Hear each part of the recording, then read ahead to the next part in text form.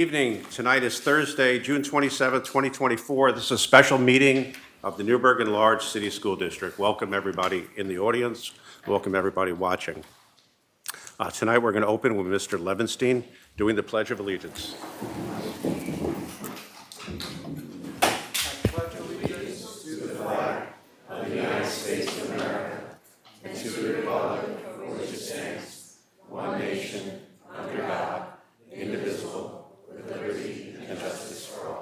Please remain standing for a moment of silent meditation. Thank you. Thank you, Mr. Levenstein. Please call the roll. Ms. Bello, Here. Ms. Boucher, Here. Mr. Bergarelli, Here. Mr. Doré, Mr. Howard, Here. Mr. Levenstein, Here. Ms. Politi, Here. Mr. Stewart. Here. Thank you. Before we move on, a couple of comments. Sometimes I wonder why a normally sane person would do this job, but I got my answer the other night. Ms. Bello, Ms. Politi, Mr. Bergarelli, Mr. Howard, Mr. Levenstein, Ms. Boucher, we all attended the graduation, and it was like nothing I've ever done. The thrill of being able to hand out diplomas to hundreds of young people and look at the smiles on their faces was something I won't forget. So thank you, Dr. Manny Campbell. Thank you, the executive staff. Thank you, really, the entire school system was present on this one night, along with hundreds of members of our community cheering these graduates on.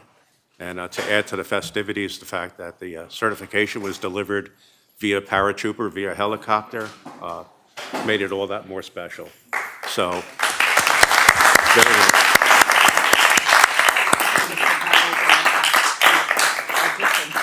thanks, Stacey. Mr. Dotto, couldn't do it without you. Really, excellent.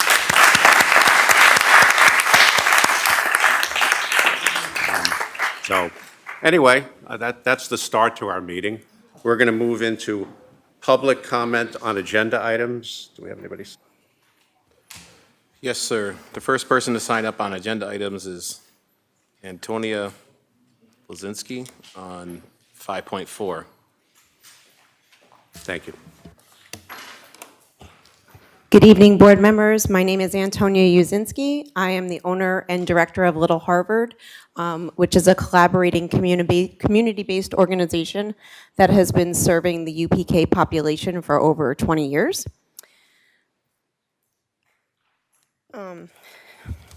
Sorry.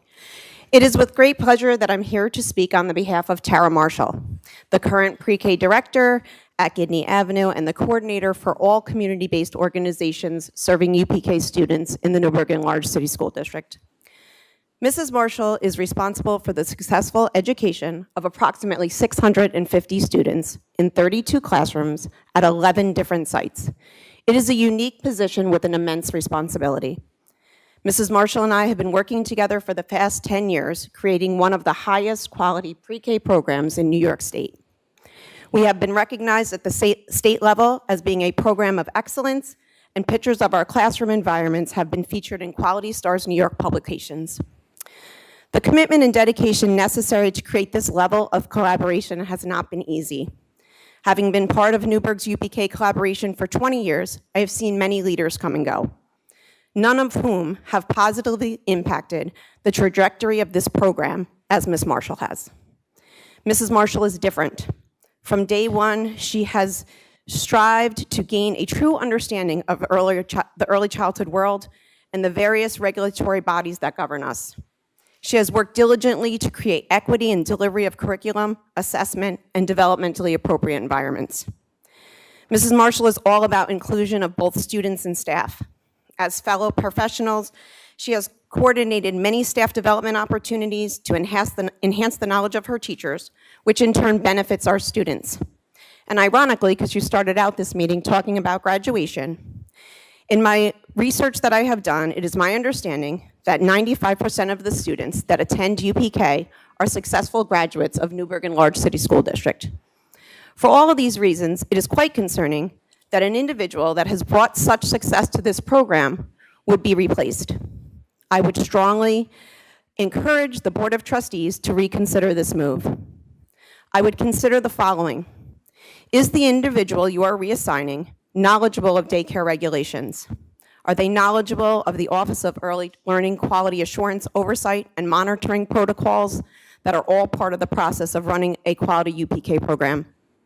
Is this individual equipped to handle the multifaceted approach that it requires to be an oversight director at his or her own public school program and monitor and support 11 community-based organizations that serve over 1/3 of the UPK population of this district?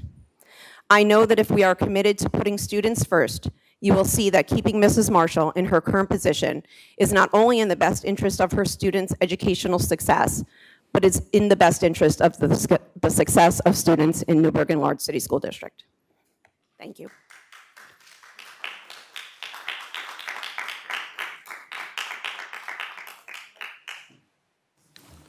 The next person signed up to speak is Tara Saber on 525. Thank you, ma'am. The next person signed up to speak is David Rain on item 5.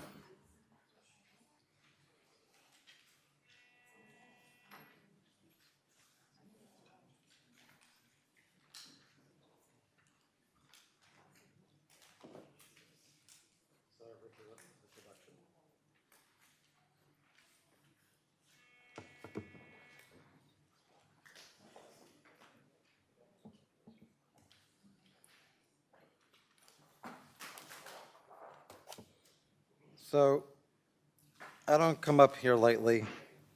I think we're all living in the same community. We all experienced 2 elections where 6 people were elected to the school board, where the community spoke and they said the same is not what we're looking for. I don't represent 2,000 people, but there's 2,000 plus 88,000 that are watching this decision. And not even those 88,000 watch on YouTube. You only get about 3,000 on YouTube. But all of these decisions, unless they are time-bound, can be done next week when you install the board that was elected by the community twice, where a sitting board member was set to 4th place, where a sitting board member was removed by just the preponderance of the vote. To sit here and vote on any of these topics in the absence of 2 board members who are to be sworn in 72 hours or whatever it is, through 4 days, whatever that is, 96 hours, right?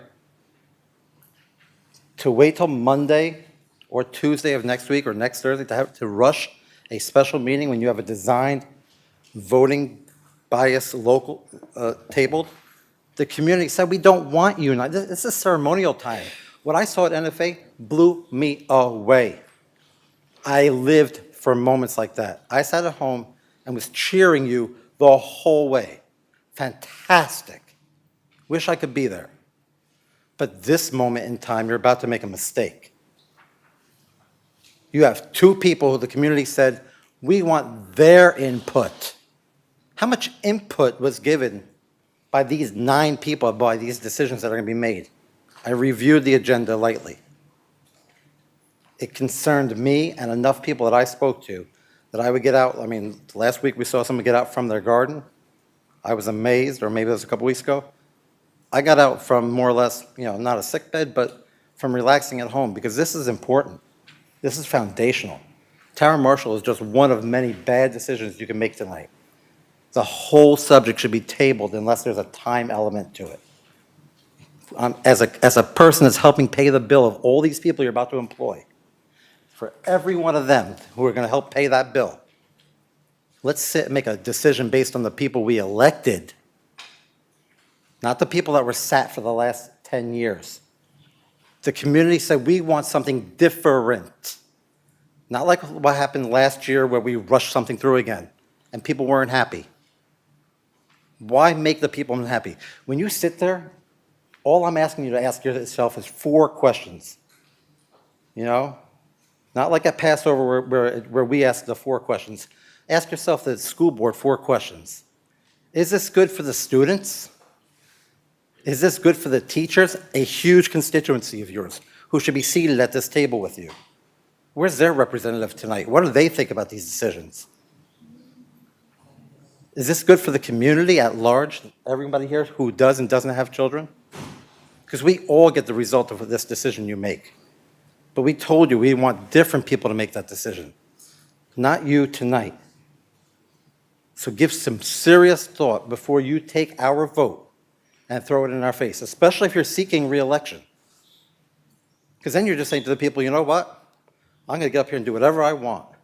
The people told you what they want. They want to hear different voices. So wait a week. Are we going to not fulfill a contract? Are we going to be bound to bigger terms? How do we know there's not a better candidate out there? I've managed businesses before. I don't rush to hire. This seems like a very quick list of people that are getting new jobs really quick, and I don't know their qualifications. I won't speak to whether or not they're qualified. But I don't know about any one of the 8 of you, since I can't call you by name. I don't know any one of you, the 8 of you, that deeply thought about whether or not these were good decisions and came to your vote tonight. If you did, pardon me, I'm out of line. If you actually considered each position clearly and you were able to ask questions and have your mind melted, maybe not in public, maybe in your executive session, then pardon me, I'm way out of line. But there seems like a lot of decisions being put before this board, some of which are unpopular. That's just one of many unpopular decisions I became aware of as I sat at home, like everybody else, keyboard cowboy, But you're...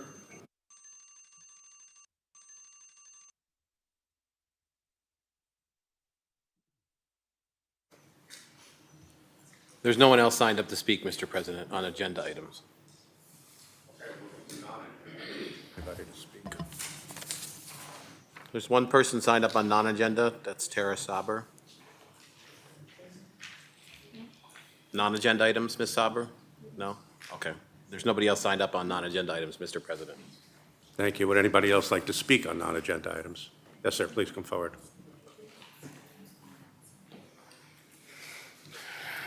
Good evening, Superintendent, members of the board. First and foremost, allow me to extend my kudos to you, faculty, for making a very special graduation for our students on Tuesday. I think you definitely deserve praise for making such a memory for them.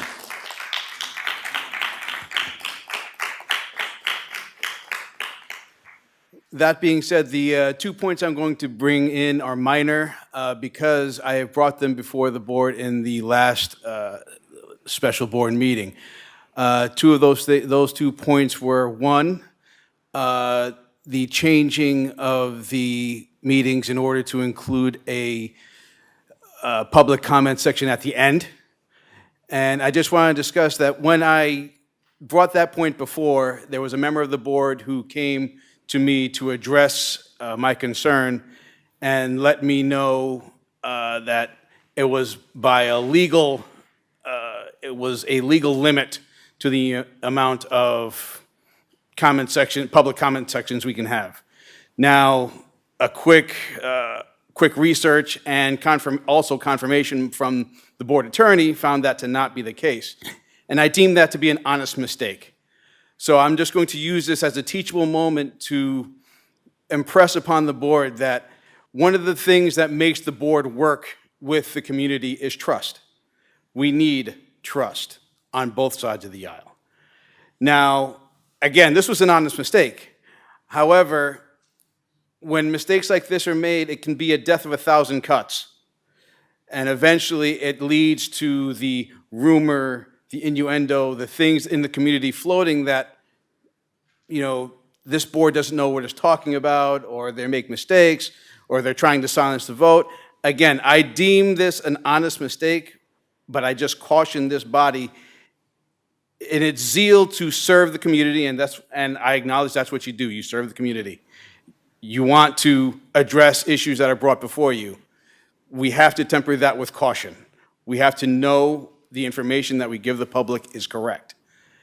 Second point, the translation of the board meetings for the members of the community that are not primarily English speakers. And again, I know this was addressed at the last board meeting, and I understand that the technology department is working diligently to get the gear, upgrade their audio systems, but I just say this.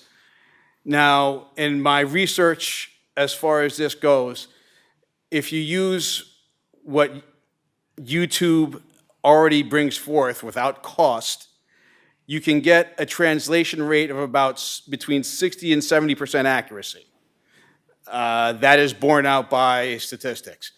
Now, obviously, we want higher. Obviously, we want the Spanish-speaking or whatever second language-speaking community at home to be able to look at these meetings in the comfort of their own home in order to participate, in order to feel included. Now, I posit that 60 to 70% is better than zero, which is what we have now. Now, if you want to put in a disclaimer into educating the public on how to implement these captions, put a disclaimer saying this might not be 100% correct. If you want clarification, please come to these meetings. Please come and ask questions. We want the community involved. I think this is just one of those small things that we need to focus on in order to get more of the community involved. Because when the community is involved, it makes this body better. Thank you. Thank you.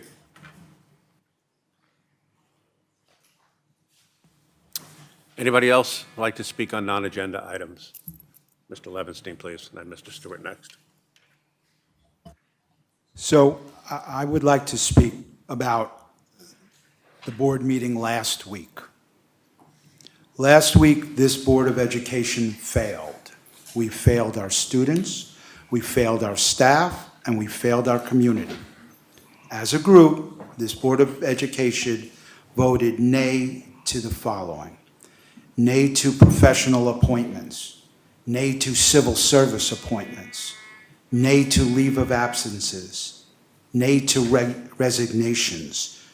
We denied teachers to work a math numeracy program to support Bombville students. We denied a principal appointment. We denied 2 assistant principal appointments. We denied a house principal to continue with our P-TECH program, which would delay the summer work needed that is specific to P-TECH. We said no to the hiring of a special ed teacher. We said no to summer school appointments impacting our summer school programs. We said no to summer appointments to screen kindergarten students. We said no to create 2 new speech pathologist positions to support our students.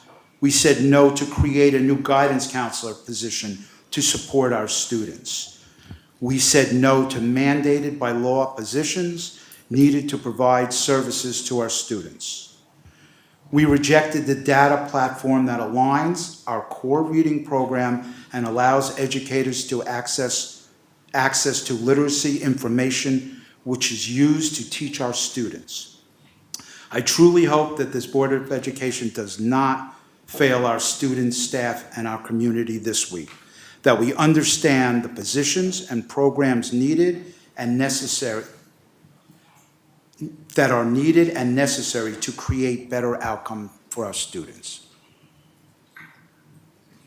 Thank you, Mr. Levinstein.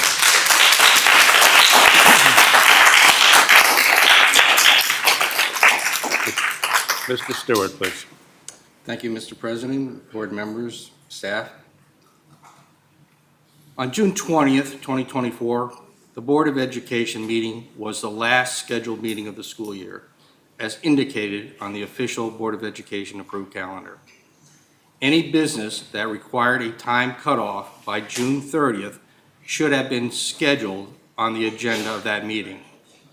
This meeting, June 27th, 2024, was called a special meeting, yet only one of the deadline attachments to all the 29 motions created on this agenda by the superintendent and the board president warrant any type of vote before July 2nd, the date the remaining 2 trustees elected in May are sworn in. 9 of the motions on this agenda were legally voted down at the 6:20 meeting, and the rest of the motions are new business that can be conducted July 2nd.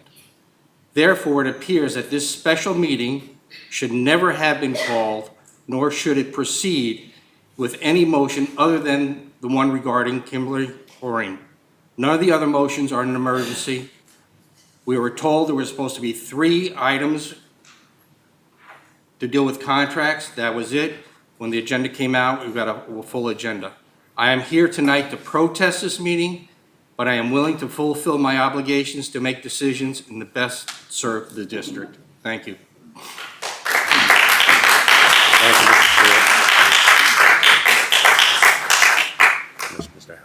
Thank you, Mr. Mr. Howard. President. I think for the edification of everyone here and for everyone sitting here, I think the statement that Mr. Stewart just made was incorrect. They were not voted down, they were not carried. Voting down means there were 5 votes out of a 9-member board that voted a resolution down. If you do not have 5 votes either way, it is not carried. So I think that clarification needs to be made.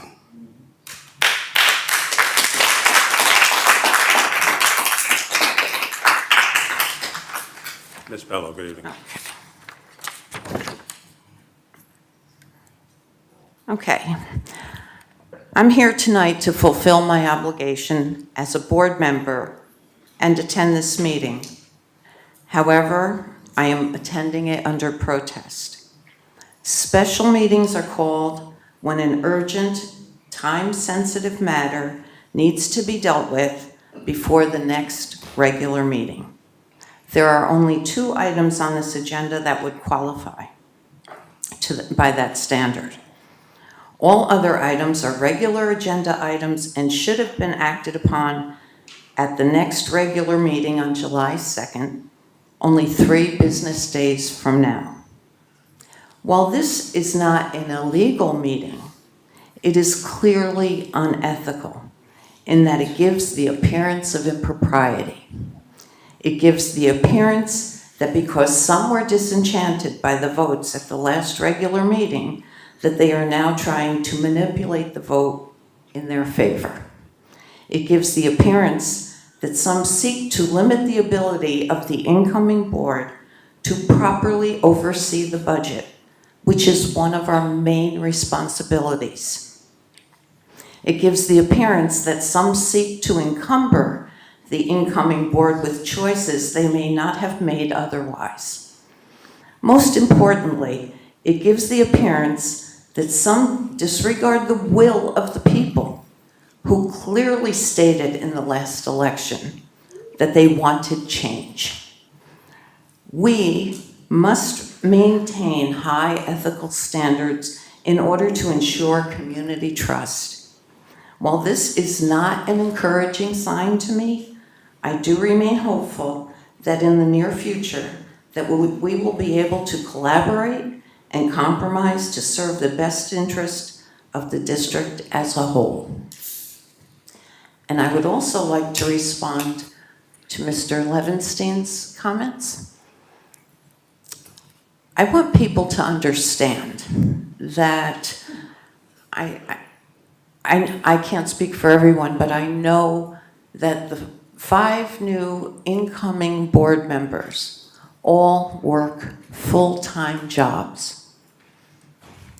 So when we are handed an agenda less than 24 hours before the meeting, and it has 50 items on it, many of those items are contracts. So we have one opportunity to read through all this information, and that's the night before after working all day. Then you spend the time to read through it. You have questions. But the following day, you're working all day again, and you have maybe a half an hour after work to get ready to come to the meeting. So yes, I have a multitude of questions. And I am continually rebuffed for asking those questions because of the time consumption of answering them. But when I was sworn in to uphold the law, not to be a rubber stamp for anyone.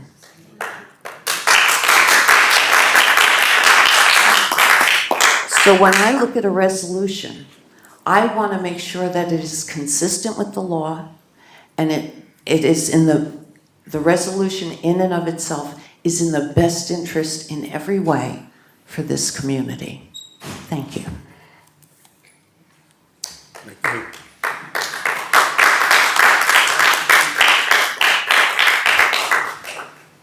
Mr. Howard, please.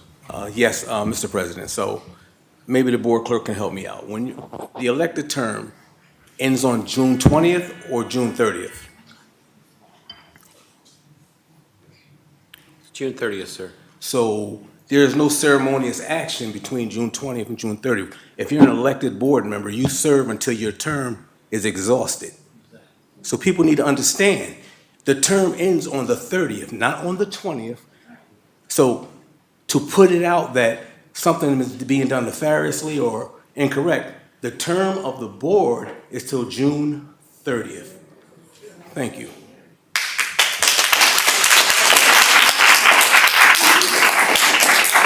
Thank you, Mr. Howard. Ms. Boucher. Hi, yes. Can Mr. Shaw possibly explain the difference between a special meeting and a regularly scheduled meeting legally? With the board consensus, I'll answer that. Is that okay? Yes, sir. Everyone okay? Okay. So the regularly scheduled meetings of the board are defined as at least 10 in a small city school district. 1 a month, 10 required. Other than that, there could be more regularly scheduled meetings. You can call them regular meetings. Then there are also special meetings. Both of them are referenced in Section 2504 of the New York State Education Law. The law does not go beyond to parse out what could be voted on at a special meeting versus a regular meeting. So there isn't a quote-unquote regular meeting item. And it's really up to the Board of Education to decide with agenda notice, which is always a prerequisite, at least 24 hours, if you're going to come and engage at a special meeting. So there have been situations where there's a call of a special meeting and fewer than a quorum of board members. And in Newburgh, it's 5 people would be a quorum. If 4 show up, you go home. So that's the balance. And it goes beyond that to agenda setting, which is determined by bylaws. And that's something I think the board should certainly discuss in terms of its legal education and then in its policy making. But there is no prescription, no prohibition against acting on any legitimate subject at a special meeting. Thank you, Mr. Shaw. Last call, non-agenda items. Non-agenda items. Yes, sir.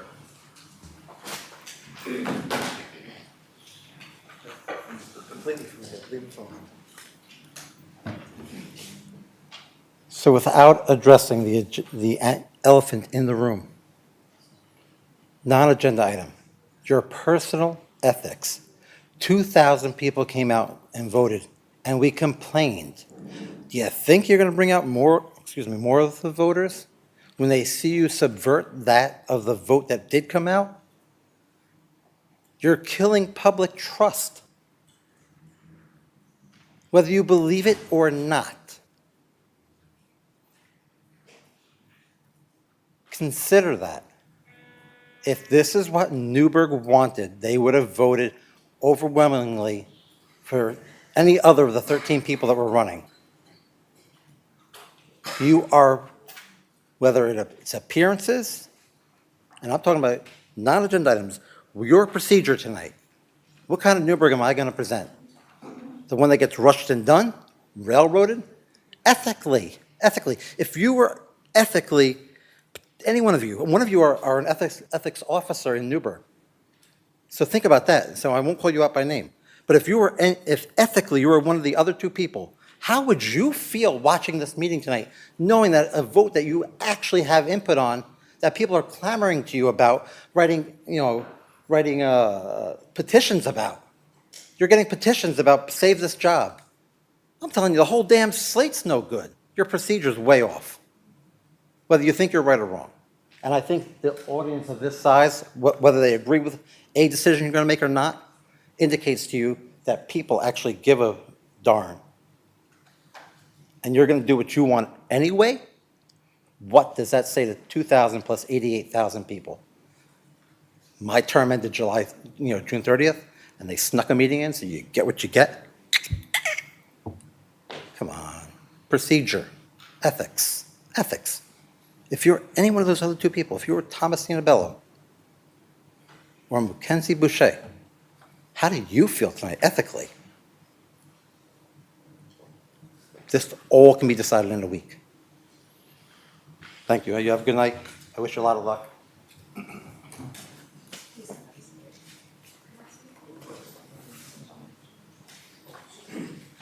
Good evening. It's a little confusing, special meeting, it's on, yeah. But everybody went out and took a vote. Some are here because, we all chose who we wanted to be here. Everybody on this panel is not everybody's choice, but this is what we have. So as a community, this is what we have to work with. So when we flip through this and we hear the different things about positions and this, that, and the other, did you guys take into consideration to talk to the students, to interview the students of this district, who, in fact, all of these changes affect? Did you ask them for the time they've been in here? Because you've only been in here a couple of weeks or whatever. They've been in here from pre-K to wherever they currently are. Did you take the time to consider to ask them how they feel about any of this? Do they understand any of this? I have a son in a P-Tech program.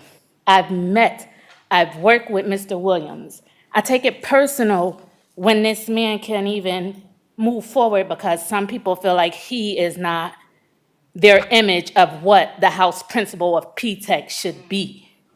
That's a problem when you're in a district, in a community who is 90% Black and brown. That's a problem when they have a familiar figure who they can relate to. When there's a program graduating 100%, that's a problem. As a parent, I stand here angry because yes, I too work full-time. Yes, I do parent full-time. Yes, I do take time to act and invest in my kid. So you all chose to come and be a part of this board, whether you got the pamphlet or the agenda the night before, that's your responsibility as a board member to research and come here prepared. That's what you signed up for. So don't, and it's not fair to the people when you come up here and you feel that you can penalize us because your lack of doing what you're supposed to do as a board member. That's a problem. We're a community. Yes, we all work together, but you have a part to do just like we do. We show up, we vote. Like I said, everyone here is not everyone's choice. But please don't try to minimize or, shut us down because you chose not to invest and read your part and do your part. That's a problem because our children are being affected by this. And it's not fair to our students. It's not fair. Things are tabled, things are shut down for whatever reason. I'm not on the board, I don't know. But if tonight is a decision night, then you do what you came here to do, you make a decision, right, wrong, or indifferent. We, as a community, we're split. When we have to sit up here and look at a mockery of a school board who's supposed to be representing us, but you guys can't even come together and be on one accord. How do you head a district if you're falling apart? How do you do that? How do you make decisions that are beneficial if you can't even get along yourselves? You're at each other's throat.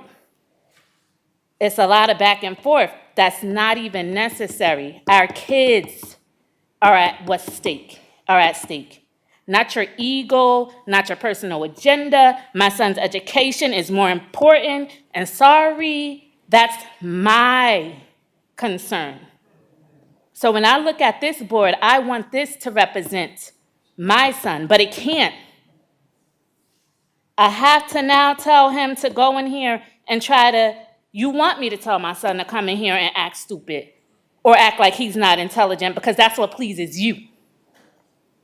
Because the moment he shows his intelligence, it's, oh, let's cut the P-Tech program, let's cut the summer school, let's cut everything else.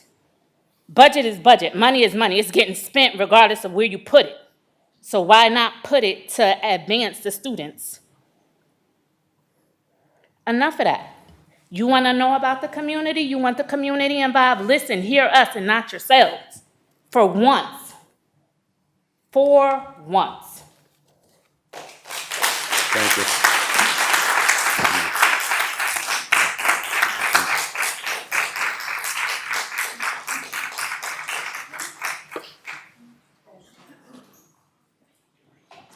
Thank you, Mr. Harvey. Deb Boulay, short and sweet. Your numbers say that next year you're going to be short $10 million. In total, we're going to be short $41 million over the next 2 years. Can we imagine what that's going to look like for our kids? We don't even know why we got in this hole, concrete, with numbers. We don't know why we're here.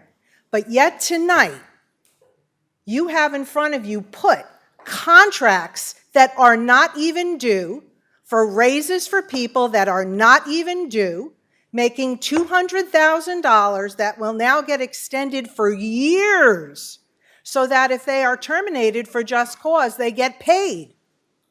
This is just like Dr. Padilla. Have we not learned from history? Point 2.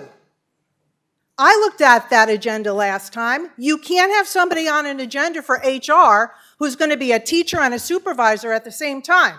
You can't do that. That's illegal. You can't have a job that's up there for 5 people to be on when it wasn't posted. You have the right, thank you, whoever voted what way, to turn down that summer school because that's where that double dipping was. We need good agendas. We need clean agendas so that when the board members come in here, there's even this much trust between what is on that agenda.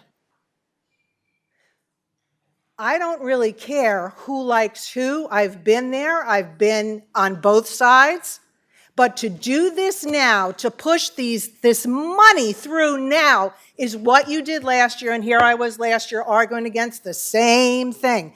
And you do it again blatantly, and people believe a narrative that's not true at all. Stop. All I want is a reading program for high schoolers, so that when they cross that field, they can read. I have specific things that I, Deb Boulay, want. There's no hope in heck that our kids are going to get what they want until you all can stop this and do it the right way. Go in there, argue, yell, scream, do what you got to do. But don't keep those egos there and blame one person and another. It's over. We need to stop. Thank you. 3 minutes left. Excuse me, we have 3 minutes left for public comment. Okay. So I'm going to be very quick. I want to preface my statements by saying I'm speaking as a taxpayer, a homeowner, a resident for 33 years in the city of Newburgh, and a father of 3 Newburgh Free Academy graduates, Newburgh graduates. So we are living in times where the nation is polarized. And I'm here to say enough is enough. Let's find the compromises. Let's learn how to disagree without being disagreeable. Let's learn and how to debate in a healthy way. All of the elected officials are elected by the people, for the people, and you are of the people. If the term of the elected officials who were either elected and or appointed ends on June the 30th, whatever those agenda items are up until that date, the expectation is that those things will be voted on in that timeline. We saw when a president was ending his term and 11 months was left in that presidential term and a vacancy appeared on the Supreme Court. The Senate Judiciary Committee refused to bring the Senate Judiciary Committee to confirm the nominee from that president, and that was President Obama. He had 11 months on his term, and a vacancy appeared in that Supreme Court. They said, oh, he already had two appointed or nominees that were confirmed. We're not going to give that president a third one. And then the following president nominated and got 3 appointed. So this nation is already polarized. I challenge every one of you to find the middle ground, find the compromises. Enough is enough with the bickering and the fighting and digging your heels in the dirt and putting forth personal agendas. It's about the children. It's about the students that we serve every day. And I've got 25 years with these boots on the ground in that classroom. 25 years. It's about those kids from K through 12. They don't want to hear about the adults fighting with personal agendas and putting something off when it needs to be done in a timely manner to serve the kids. You are for the people, by the people, and of the people. So help you God.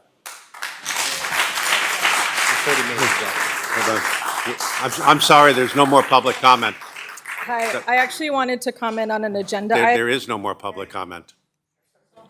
The time is up that we've allotted. I apologize. We're in 2. All right, item 4 on the agenda is executive session. Be it resolved that the Board of Education hereby recesses into executive session for the following purpose: employment history of employees and the matters leading to the employment of particular individuals, collective bargaining under the Taylor Law, and to obtain advice from legal counsel. Could I get a motion and a second to go to executive session? So moved. Second. Please call the vote, sir. Ms. Boucher? Yes. Mr. Bergarelli? Yes. Mr. Doré? Yes. Mr. Howard? Mr. Levinstein? Ms. Politi? Yes. Mr. Stewart? No. Ms. Bello? Yes.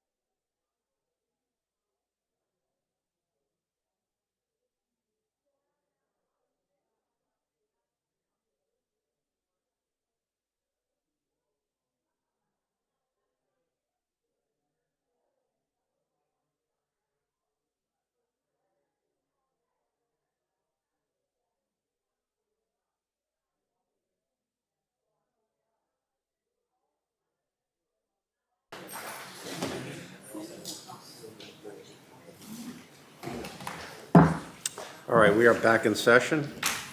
And up to 3, 5.15, 3, 5.15, and 5.23.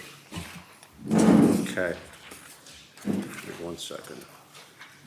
All right, so we have 5.1 to 5.25 minus 5.7, 8, 13, 15, and 23.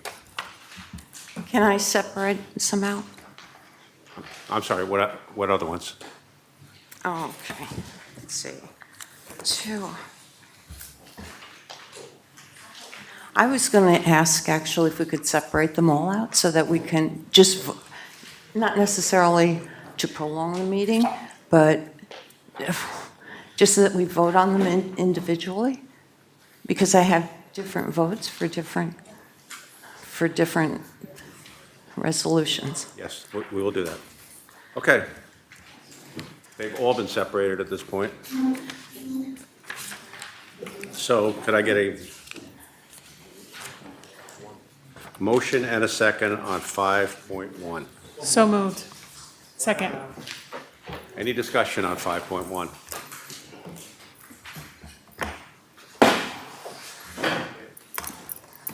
Anybody? No? Let's call the vote.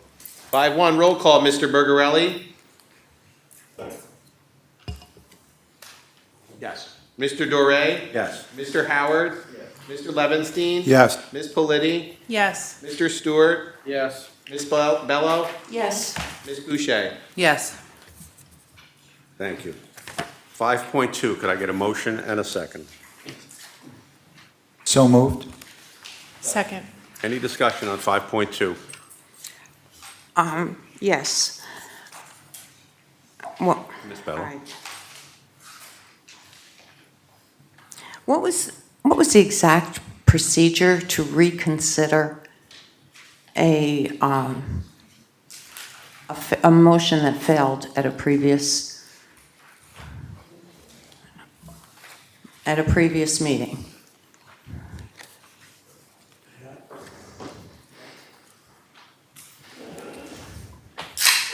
There are Robert's rules that would apply in the context of reconsideration at a particular meeting. With respect to public schools, Robert's rules would not preclude a matter from being placed on a subsequent agenda, whether it's a regular meeting or a special meeting. Robert's rules, as interpreted by the Commissioner of Education, are considered to be rules of order, not rules of substance, as regards subsequent meetings.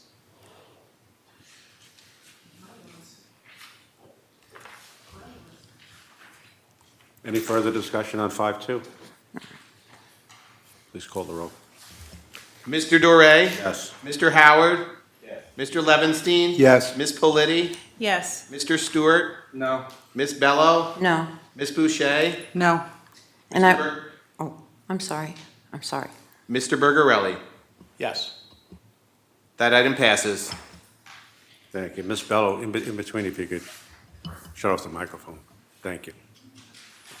5.3, can I get a motion and a second, please? Second. Any discussion on 5.3? Call the roll. Mr. Howard. Mr. Levenstein. Yes. Ms. Politi. Yes. Mr. Stewart. No. Ms. Bello.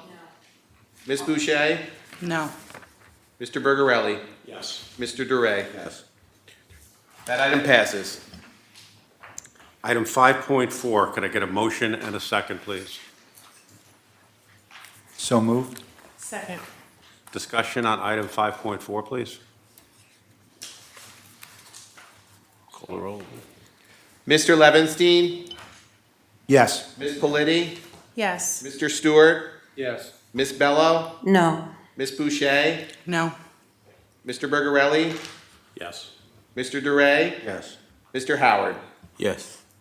That item passes. Thank you, Mr. McCoy. 5.5, can I get a motion and a second, please? So moved.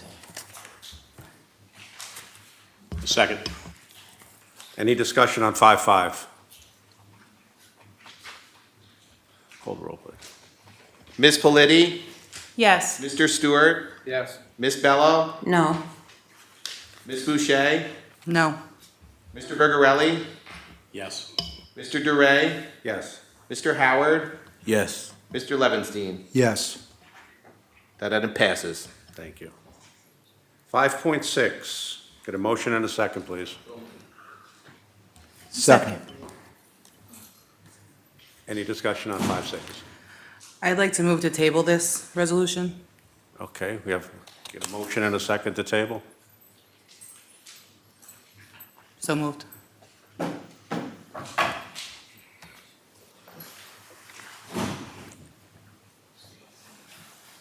Second. Okay, we have a motion and a second to table. Can we get a vote to table? 5-6 table, Mr. Stewart? Yes.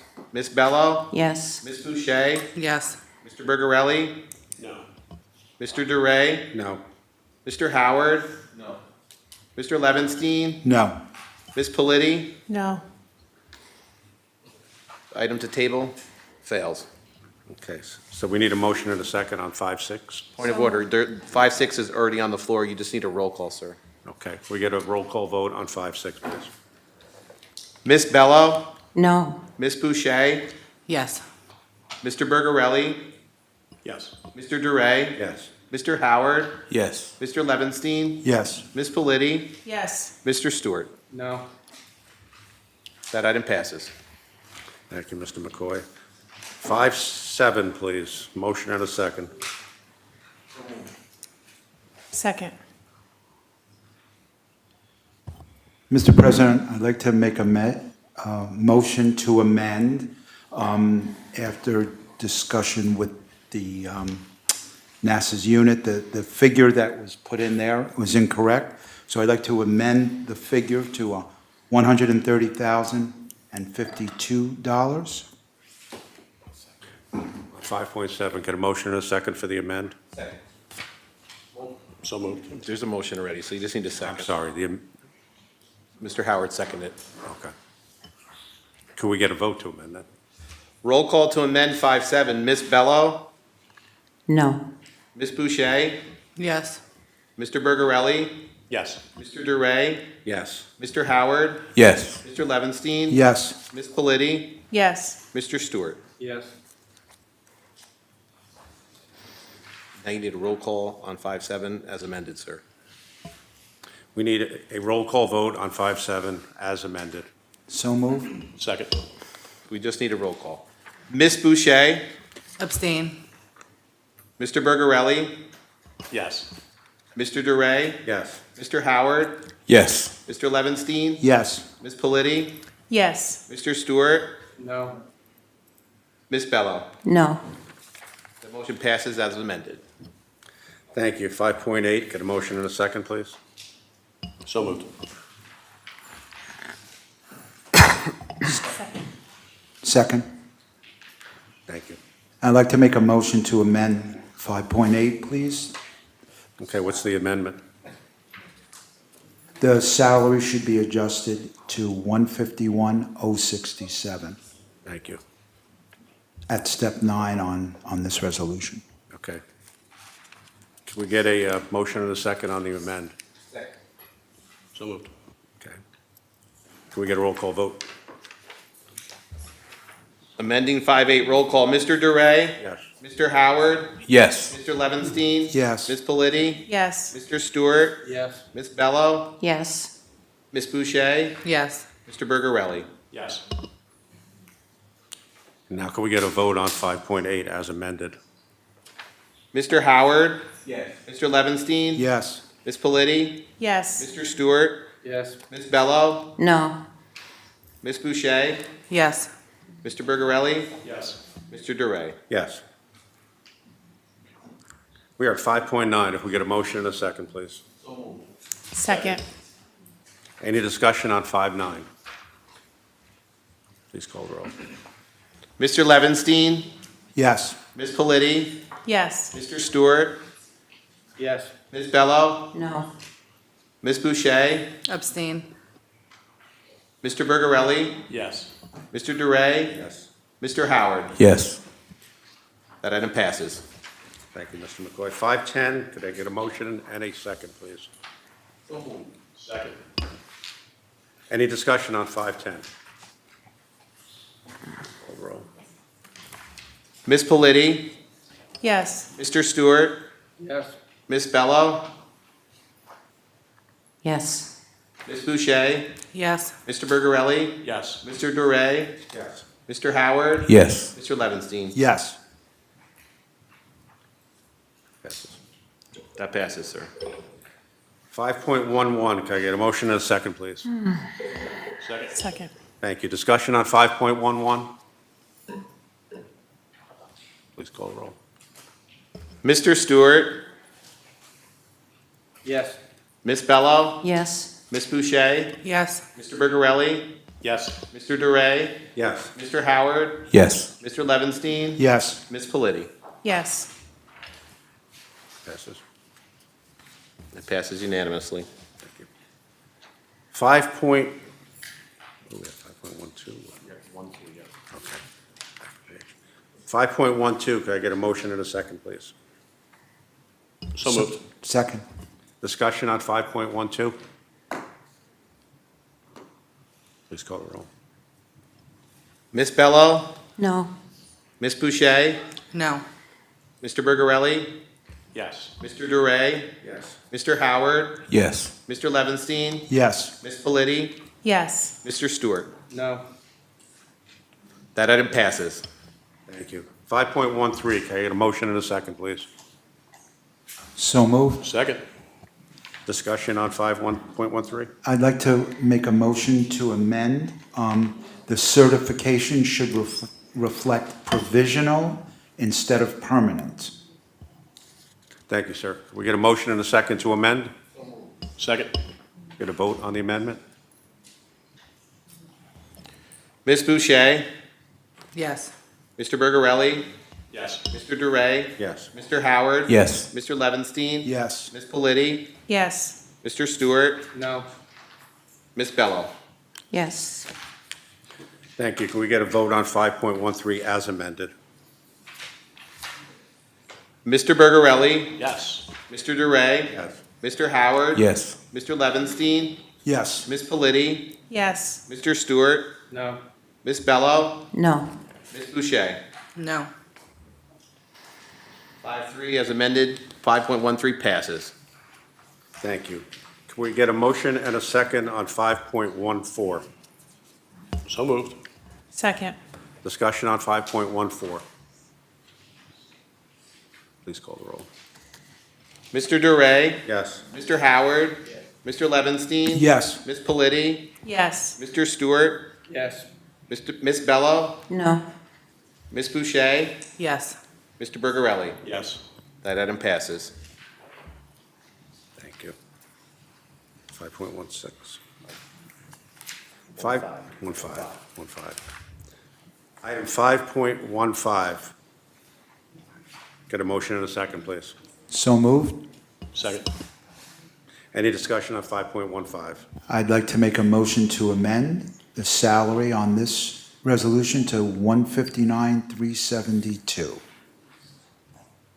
Thank you, sir. Step 11. Get a motion and a second to amend. So moved. Get a vote to amend? Amending 515, Mr. Howard, Yes. Mr. Levinstein. Yes. Ms. Politi, Yes. Mr. Stewart, Yes. Ms. Bello, Yes. Ms. Boucher, Yes. Mr. Bergarelli, Yes. Mr. Duray. Yes. Can we get a vote on 5.15 as amended, please? Mr. Levinstein, Yes. Ms. Politi, Yes. Mr. Stewart, Yes. Ms. Bello, No. Ms. Boucher, Yes. Mr. Bergarelli, Yes. Mr. Duray, Yes. Mr. Howard. Yes. 5.15 as amended passes. Thank you, sir. 5.16, can we entertain a motion and a second, please? Second. Discussion on 5.16. Call the roll, please. Ms. Politi, Yes. Mr. Stewart, Yes. Ms. Bello, Yes. Ms. Boucher, Yes. Mr. Bergarelli, Yes. Mr. Duray, Yes. Mr. Howard, Yes. Mr. Levinstein. Yes. Thank you. We're at 5.17. Can we get a motion and a second, please? So moved. Discussion on 5.17. Call the roll, please. Mr. Stewart, Yes. Ms. Bello, Yes. Ms. Boucher, Yes. Mr. Bergarelli, Yes. Mr. Duray, Yes. Mr. Howard. Yes. Mr. Levinstein, Yes. Ms. Politi. Yes. Item passes. Thank you, sir. 5.18. Can we get a motion and a second, please? So moved.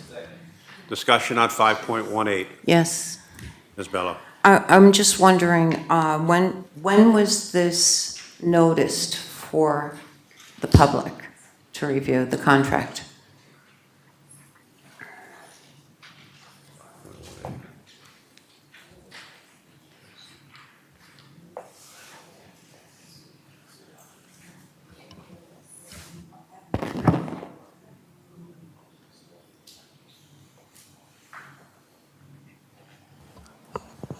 Sorry, I had to ask when it was posted. Mr. McCoy shared that it went public on the website this morning. Okay, further question? Yes. According to open meetings law, I'm wondering, it says 24 hours, it has to be public for the public to be able to peruse the contract. So, and if it just was posted this morning, that's not 24 hours. May I? That's correct. So then to vote on this would put us in jeopardy of violating our oath of office, would it not?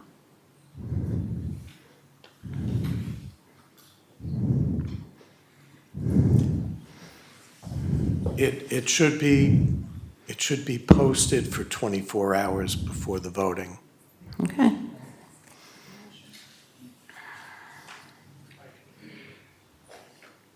I know I can't speak from the floor, but if this was the item I wanted to speak on, is there any point at which I can speak on it? If the president of the board calls me to, my name is Vanessa Misgrove, I'm happy to.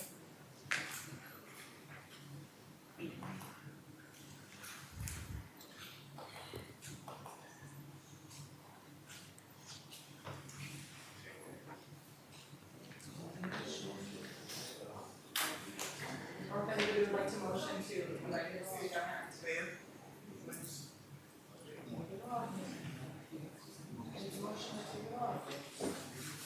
It's not legal.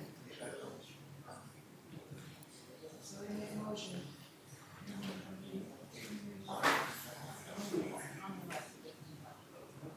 Just break the laws and don't end the contract. That's wonderful. Don't undo them.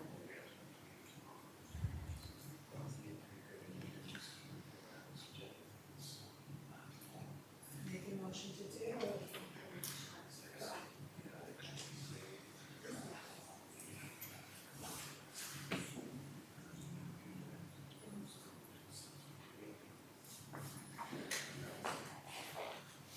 That item will be postponed to a subsequent meeting. We need a motion and a second on that. So moved. Second. Roll call, please. Motion to postpone 518. Ms. Bello, Yes. Ms. Boucher, Yes. Mr. Bergarelli, Yes. Mr. Duray, Yes. Mr. Howard, Yes. Mr. Levinstein. Yes. Ms. Politi, Yes. Mr. Stewart. Yes. Thank you. That item is postponed. 5.19. Motion and a second, please. So moved.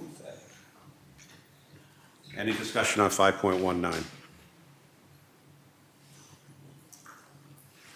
Call the vote.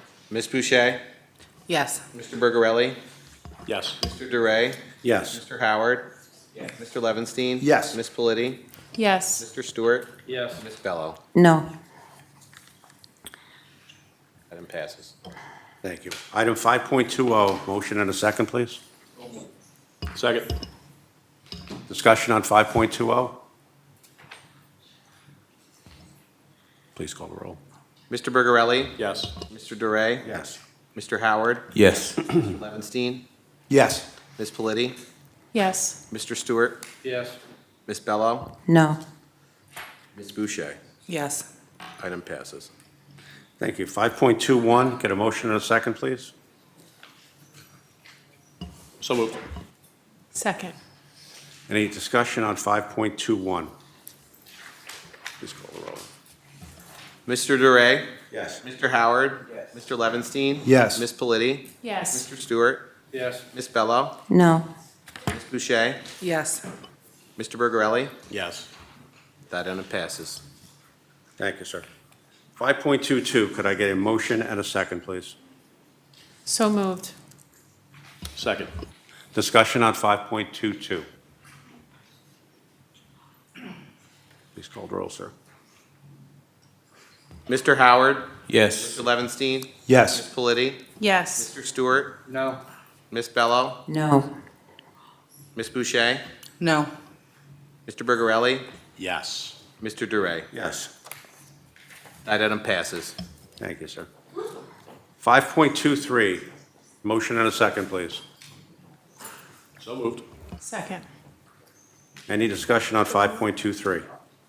A point of order, Mr. President. There's no name here. Would the superintendent like to supply a name for this?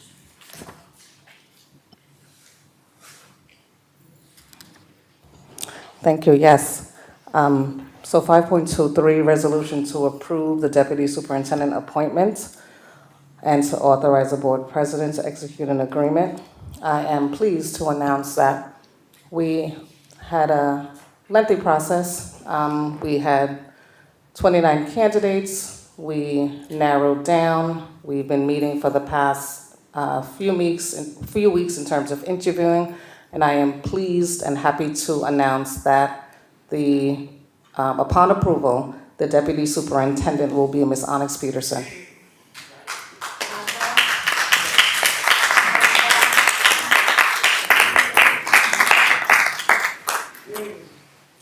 Thank you. Can we get a vote and a second on the amendment? So moved. Second.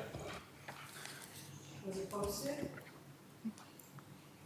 Can we call the vote on the amendment? Was the contract posted? What?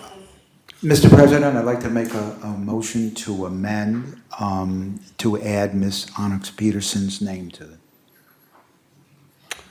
Okay. You got to talk louder. I'm sorry. Okay. Can we get a motion and a second to amend? Second. We get a vote to amend.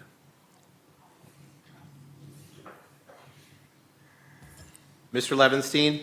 Yes. Ms. Politi? Yes. Mr. Stewart? No. Ms. Bello? No. Ms. Boucher? Yes. Mr. Bergarelli? Yes. Mr. Duray? Yes. Mr. Howard? Yes. Thank you. Can we get a vote on 5.23 as amended? Robert's rule point of process, if this also wasn't posted, can it be motion to be tabled the same as the other that's not posted? You're out of order. We are at a vote on the amended item, I'm sorry, Mr. Stewart. Yes, when was this contract posted, please? It's still, it was TBD up until we walked out, so it wasn't posted yet.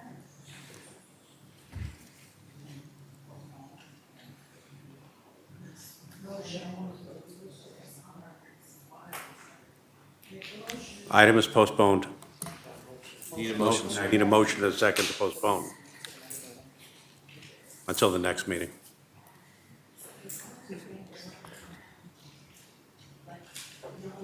Motion and a second to postpone.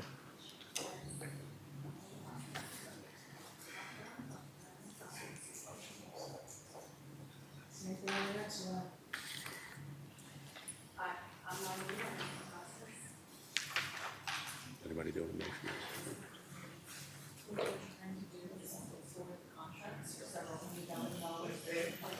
Point of order, what's on the floor? A motion and a second to postpone. We need a motion So and a moved. second to postpone. Second. We get a vote on the postponement. Postponing 523, Ms. Politi, Yes. Mr. Stewart, Yes. Ms. Bello, Yes. Ms. Boucher, Yes. Mr. Bergarelli, Yes. Mr. Duray, Yes. Mr. Howard, Yes. Mr. Levinson. Yes. Thank you. 5.23 is postponed. 5.24, get a motion and a second, please. Second. Discussion. Yes, Ms. Bella. And the same issue, was this publicly posted in a timely manner? It's the same answer this morning.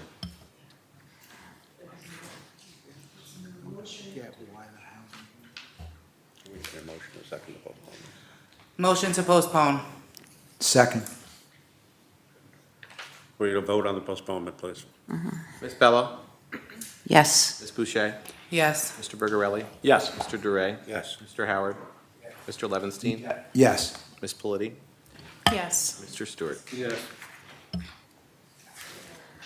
Thank you. We are at 5.25. Get a motion and a second, please. So moved. Second. Thank you. Discussion on 5.25? Call the roll, please. Ms. Boucher, Yes. Mr. Bergarelli, Yes. Mr. Duray, Yes. Mr. Howard, Mr. Levinstein, Yes. Ms. Politi, Yes. Mr. Stewart, No. Ms. Bello. Yes. The item passes. Thank you. We're at Section 6, Assistant Superintendent of Finance, Ms. Roaring. Finance Division presents item 6.1. Thank you. Get a motion and a second on 6.1? So moved. Second? Anyone? Was there a second? Can we get a second, please? Second. Thank you. Discussion on 6.1? Ms. Boucher. Yes. Can you just explain where this money came from? This is an estimate of potential surplus funds the district may have when we close the books with the auditors over the summer. There was a shift of expenditures this year to one-time ARP funds that were expiring.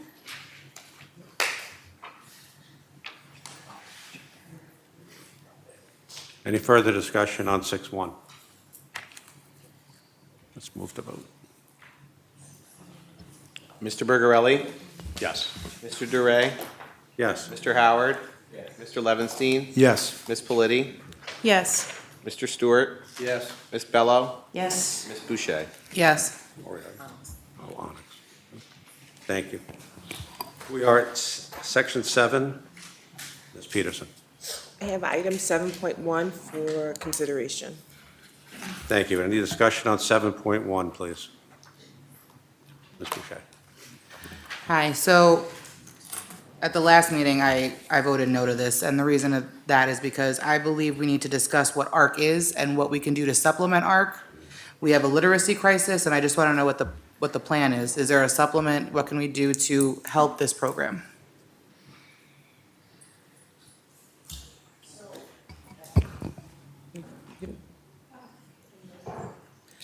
So this part of the resolution is before you is the data management system around the American Reading Company. What this does is this allows educators and administrators to track proficiency levels in a moment for our students. The information that is put in also recommends and guides instruction for students around reading and literacy. I know that there are also supplemental resources that Mrs. Moriarty can speak to around phonics and writing. So I also just want to address that the school pace that's on the agenda for approval tonight, not only does it do all the things that Ms. Peterson just said, but it also provides digital access to books for all students. It provides digital resources for teachers at home, so if they want to prepare at home or look at the resources and prepare for the lessons. It also houses the parent homeschool connection information, so those letters tell you where your child is reading, what you can do at home, and how we're addressing it in English and in Spanish. So this tool that we're approving tonight provides a lot of components.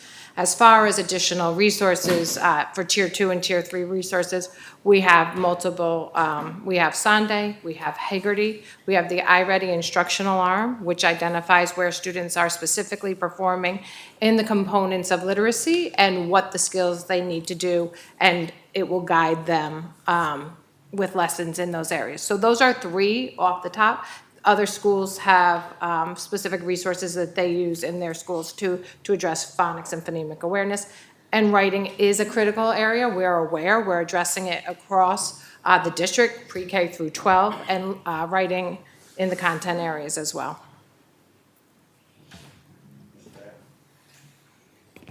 I just want to expand on the one resource that Ms. Moriarty mentioned, the Sunday reading system.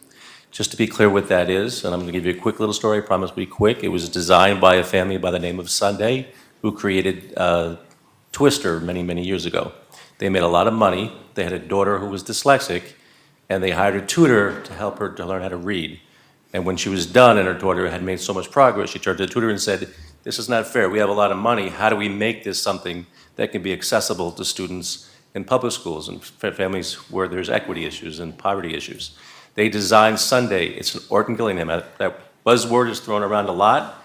It is an Orton Gillingham-based program. It is a multi-sensory, very methodical program that takes kids through a series of lessons throughout the many years they need it, the moment that we recognize that that's a need. We have trained over 160 teachers in Sunday, all the way through high school. We've had some high school teachers take part in the training, most recently this past September. All the special ed teachers have been trained in it, including the self-contained programs, and our AIS teachers have been trained as well. It is used as a Tier 2 and/or a Tier 3 resource and has shown tremendous promise in how it's helped our kids to accelerate their reading. Thank you, Mr. Bear.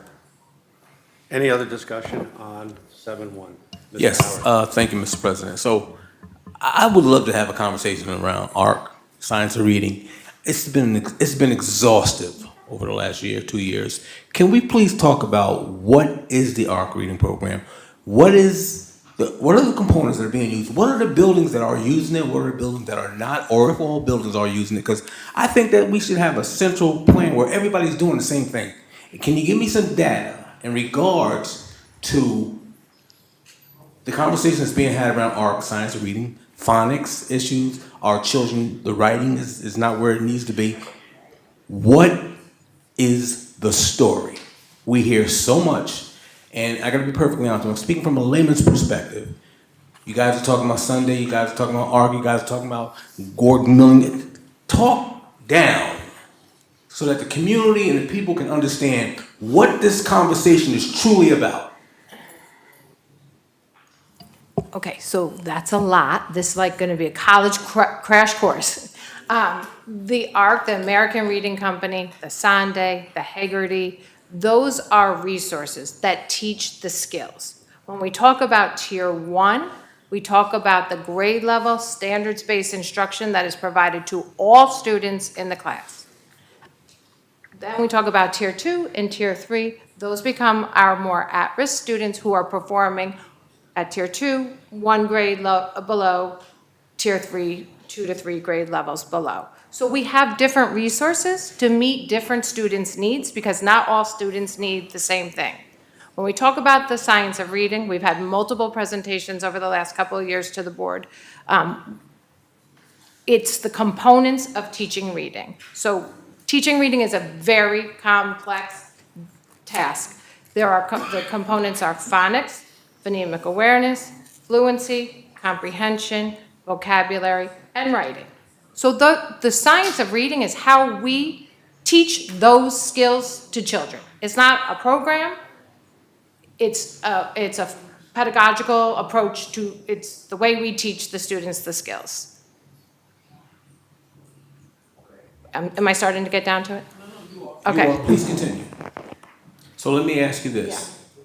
When we're having a conversation around ARC, science of reading, and looking at our scores. There's no secret.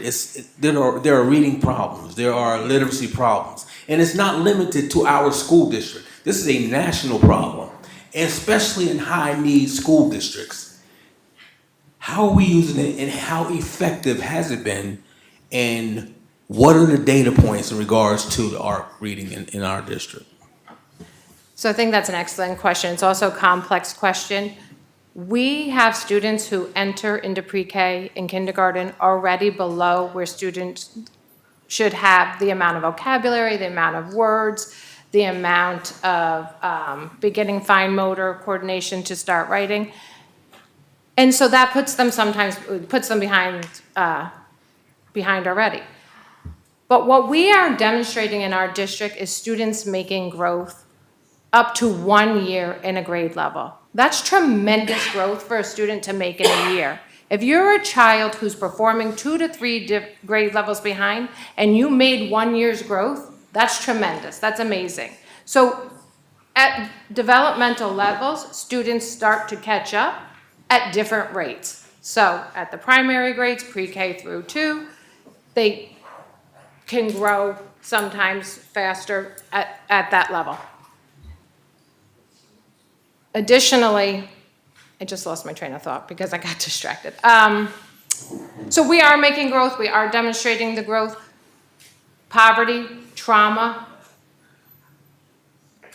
English not being your native language also impact how a child learns and at the rate that they learn. So we have many things that are impacting how our students learn, and that's our job, to provide professional development, to provide the resources, to understand where the children are and meet them where they are.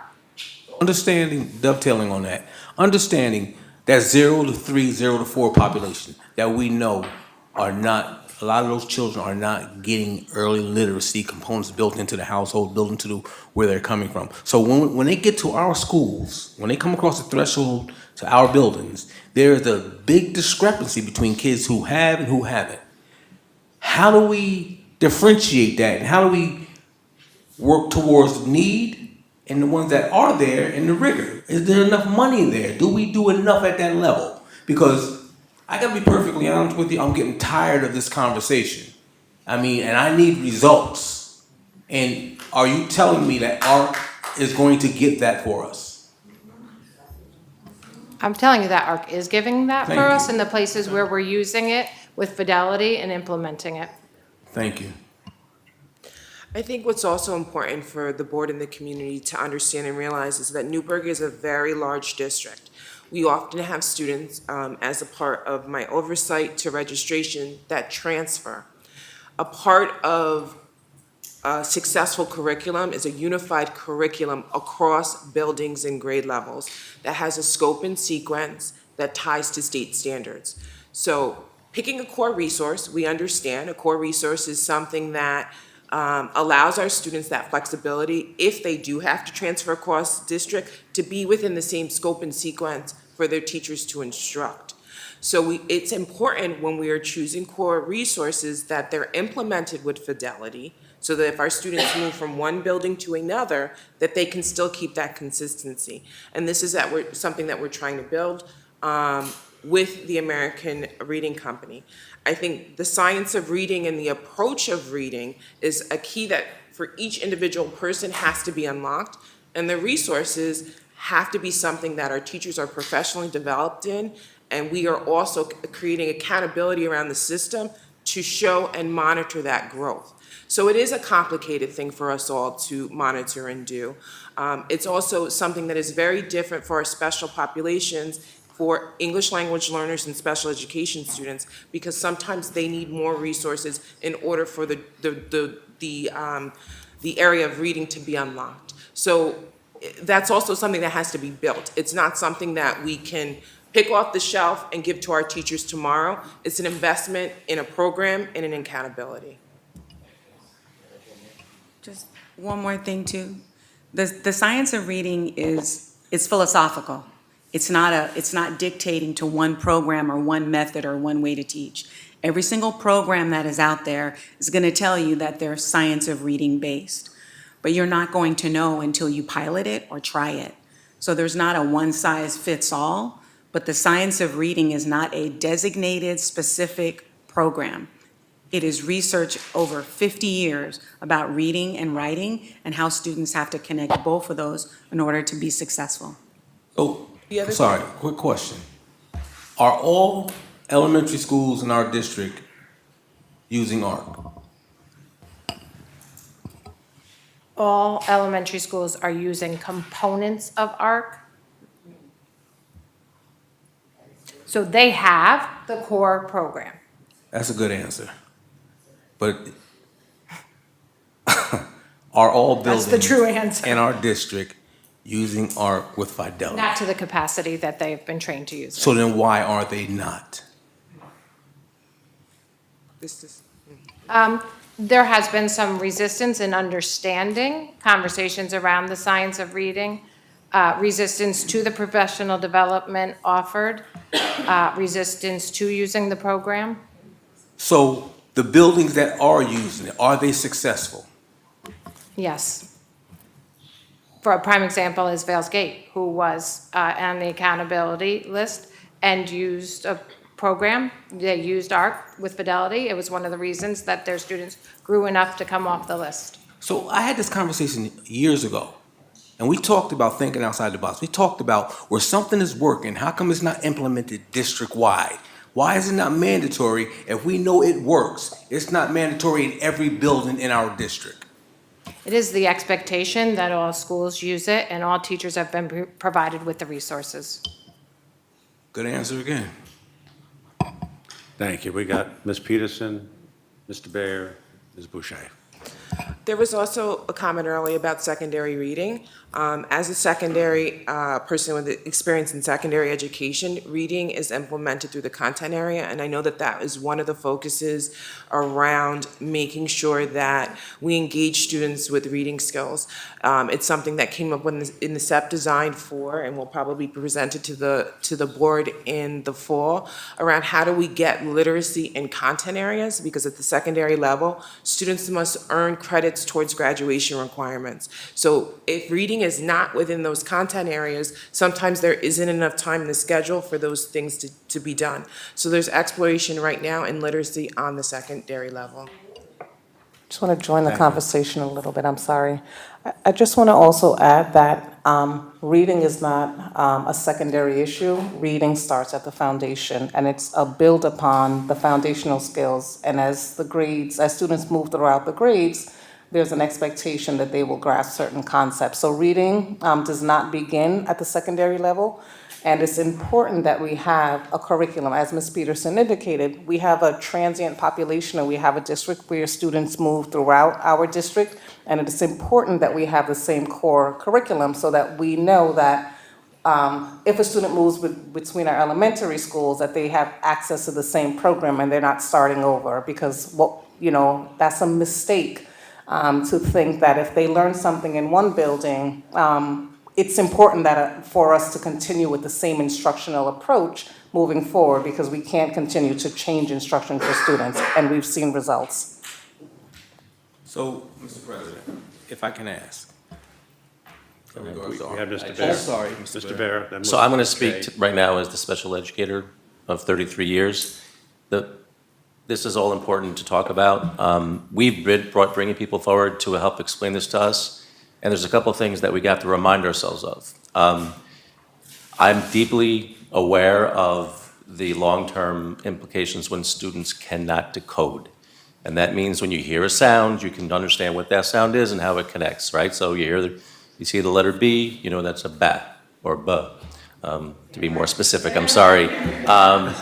Right, we talk about morphemes and phonemes, there's all these buzzwords we use as educators, but it comes down to the ability to understand that connection between the sound and the symbol that it represents. It's a foreign thing. Our brains are wired to do amazing things. It's a very sophisticated tool. But we are naturally able to do many things, which we've learned when we had people talk to us. Our ability to make meaning of things is already built in. Our ability to hear things, to see things, which is very important, is already built in. When you talk about multisensory, it's using all of those tools, all those senses, all those parts of your brains that are already built in. What's not built in, which was the learning curve for me, is something called the letterbox. Our brains do not have a place where it understands that sound symbol. Special education students have even a harder time developing that, and E&L students, because phonemes, how sounds sound in certain languages, it might be different. That letterbox does not exist. The real methodical way of sitting down with kids and going through those letters with them and understanding the sounds develops that letterbox. But there are kids where it doesn't come even with that practice. So to the point of, we keep coming back to phonics and how important phonics or phonemic awareness is, there's no one in this room who disagrees with that. ARC understands that as well as anybody.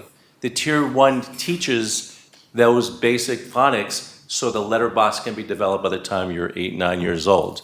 When kids don't develop that, which is where I come in as a special educator, we create these programs that are very methodical. When we talk about in Gillingham, it's taking many years to go back and recognize what a B is, what an A is. A has a long sound and a short sound. When you put them together, it makes a certain sound.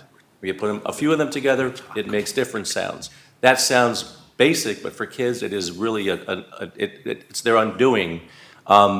And we have programs like Sunday, among others, and we have teachers who are also trained in Wilson and other various programs that are specifically designed for that inability to make that sound symbol relationship. But what they also told us in these meetings over and over again is that when you talk about the different elements of reading, you do not put phonics at the front and everything else in the back. They all matter. And our kids don't learn to read and read to learn all the way through middle school, not just because of their inability to make that sound symbol relationship. They have to also be able to read in content areas, to understand abstraction, to write, which is something that Dr. Freeman Mack is a big proponent of in middle school. Those all matter, and ARC has those elements. No one resource has everything you need, and we are very cognizant of that. So I know we keep getting stuck on this phonics conversation. That's why we have supplemental materials. I would be irresponsible in my role to ignore the fact that we have dyslexic children who cannot understand that connection. And that's why we really invested heavily in a program that has been shown marked success. It's on a lot of the Reading Council lists of programs. I've had lawyers come at me, and when I told them what we're doing, at first they were skeptical. You know what, I have to relent to this. Sunday is actually a really good program for kids with dyslexia. So we hear you. I just don't know why we're still stuck here to hear that ARC is not meeting our kids' needs. I don't know where we're getting that from. In of itself, it is a great program, but it is not the end-all to be-all. We have a range of programs that help to design the full reader so that they can be successful. And as Ms. Moriarty said, we had a school that is off the list, primarily because they heavily invested for many years. One of the issues is that this was a staggered implementation, which Ms. Moriarty has said before. Not every school started the same year. Some of the schools are only in what, year 3? So, and some are a little more advanced. We're trying to give teachers time to get used to this program. It is a very, very robust program, and we understand some of that resistance. But to say you're going to throw this out because it doesn't have things, we hear you, and that's why we got other programs to support it. So at some point, we have to put this conversation to rest, because we have invested heavily in a range of programs to meet the range of learners that we have in our district.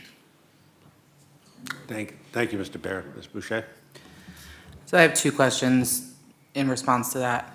Have you polled every teacher in this district that teaches K through 5, that teaches this program, their opinion on this program?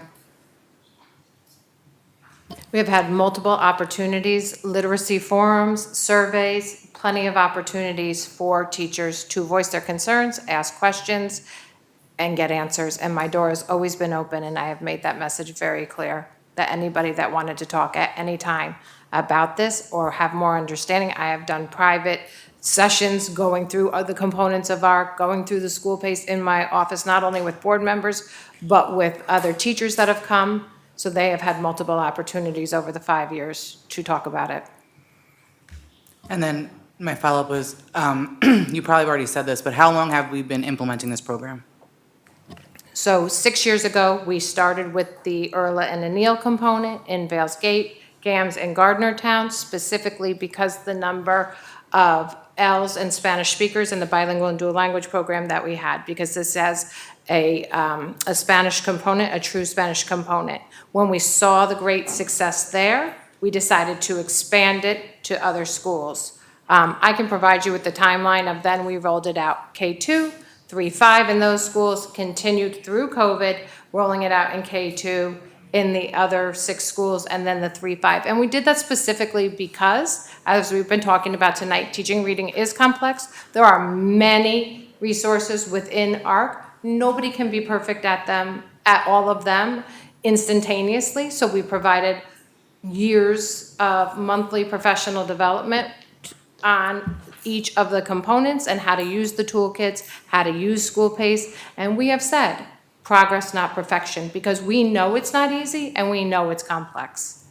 I just want to add something to that too at the middle school level, because with 6th grade, Art Core was also rolled out this year in 2 of our buildings for 6th grade. And what we saw in those 2 buildings was a consistent approach to understanding reading and writing and making that connection. And we're seeing growth between our English language learners as well, coming from that end as well. And also just across the board within 6th grade, we're seeing growth and we're seeing change. So we're actually pretty excited to just examine those reading scores this year. The other thing that we've provided with ARC is they had coaches that came into their classrooms that teachers sat down, met with, discussed, looked at data, examined what's working, what's not working.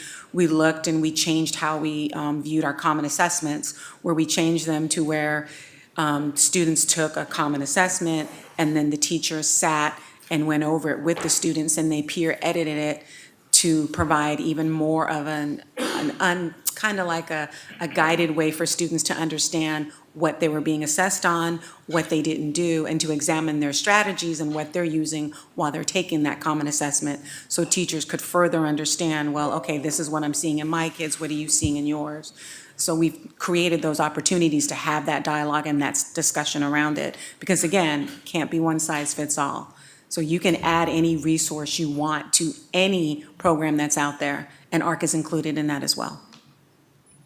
Thank you. Mr. Howard? Yes, thank you. So, to Ms. Moriarty, so I asked you a question a little while ago, and the answer you gave me, you said expectations. And I know Ms. Peterson is famous for saying systems, what we need as a district.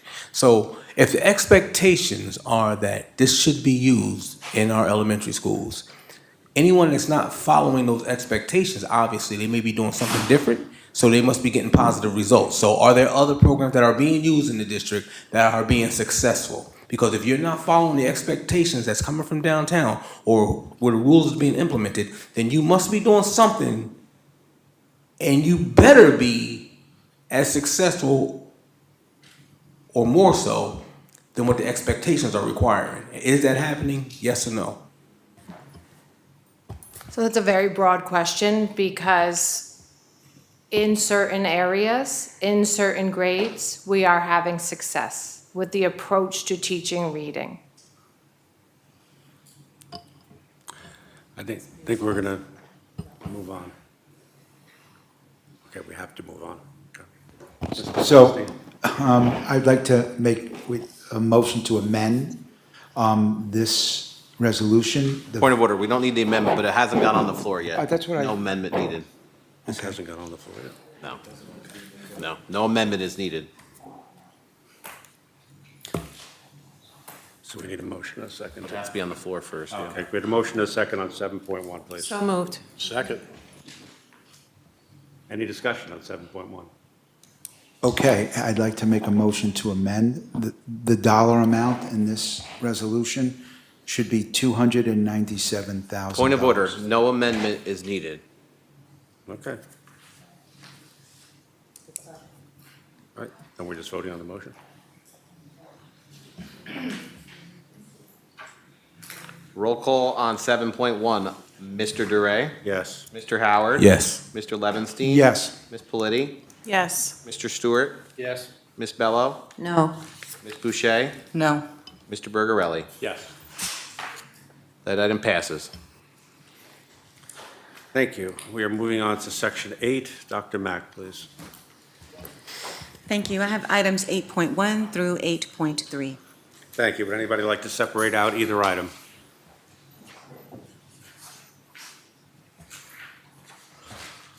Okay. Roll call then. Need to take a motion and a second on 8.1 through 8.3, sir. So moved. Oh, 8.3. Yeah.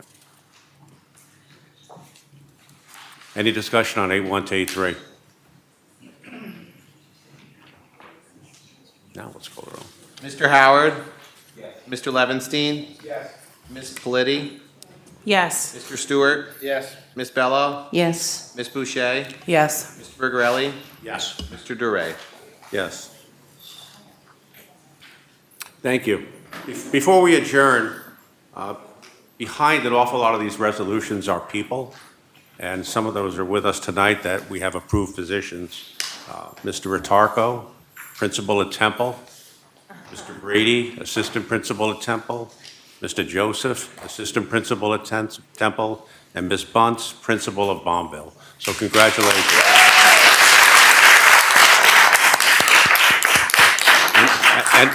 And one more item, if I could, one more. To my left by a couple of seats is Mr. Levinstein. I came here a couple of years ago, and tonight's Mr. Levinstein's last meeting with us.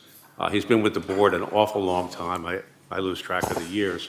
But if you ever needed a mentor to tell you what's going on, what the vote's about, behind the scenes what's going on, he's the gentleman to do it. He's embedded in our community. The man owns a business in our community, employs people from our community. His wife works within the school district.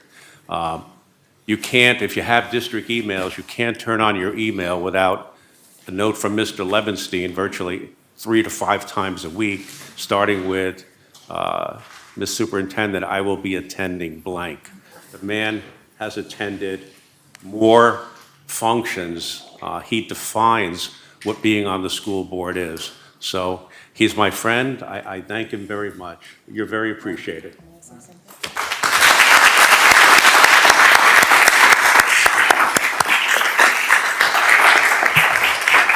Mr. Levinstein, I'm speaking on behalf of the cabinet and the district.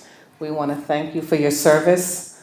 Thank you for what you do for our scholars. Thank you for serving. Thank you for attending literally every single event possible that you can. And thank you for challenging, questioning, looking for the appropriate response to make decisions that are in the best interest of our scholars. We appreciate you. Know that you will be missed. And we do hope that you continue to participate because your voice means a lot to us. So we thank you for your service.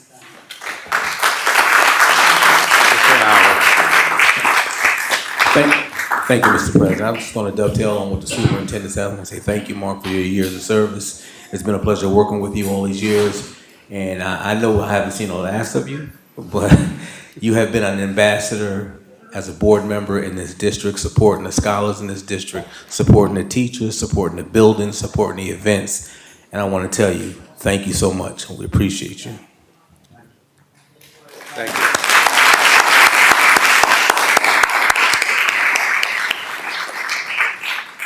Motion to adjourn. Second. Roll call, please. Mr. Levinstein? Yes. Ms. Politi? Yes. Mr. Stewart? Yes. Ms. Bello? Ms. Boucher? Yes. Mr. Bergarelli? Yes. Mr. Duray? Yes. Mr. Howard? Thank you.